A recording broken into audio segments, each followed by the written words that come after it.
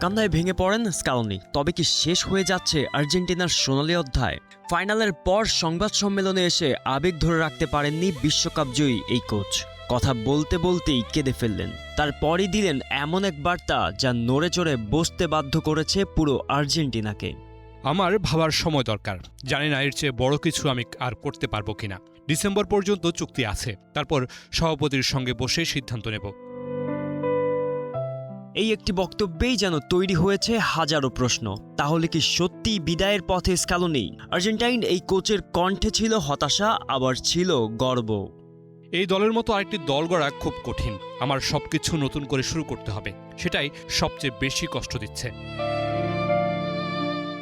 ফাইনালে হারের পর কান্নায় ভেঙে পড়া লিওনেল মেসি খুলে ফেলেছিলেন বুটজোড়া। তাতেই অনেকের মনে বেঁধেছে সন্দেহের দানা। মেসি কি তবে জানিয়ে দিলেন বিদায়?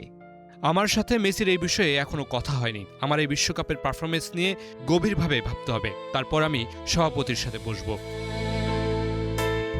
হারের আক্ষেপের মাঝেও রেফারিং নিয়েছিল স্কালোনির হালকা খোঁচা। তার মতে এনজো ফার্নান্দেজকে প্রথম হলুদ কার্ড দেখানোর প্রয়োজন ছিল না। তবে সেটিকে অজুহাত না বানিয়ে তিনি বললেন, যা হওয়ার হয়েছে। আর্জেন্টিনার একেবারে খারাপ সময়ে দলটির দায়িত্ব নিয়েছিলেন। তারপর তিলে তিলে গড়ে তুলেছিলেন চ্যাম্পিয়ন দল। 2022 সালে তার অধীনেই মেসি উঁচিয়ে ধরেছিল সোনালী ট্রফিটা। সেই স্কালোনি কিনা জানেন না তার ভবিষ্যৎ। সেই সাথে অনিশ্চয়তায় আর্জেন্টিনার ভবিষ্যৎ। গোলাম মোর্শেদ, স্টার প্লে।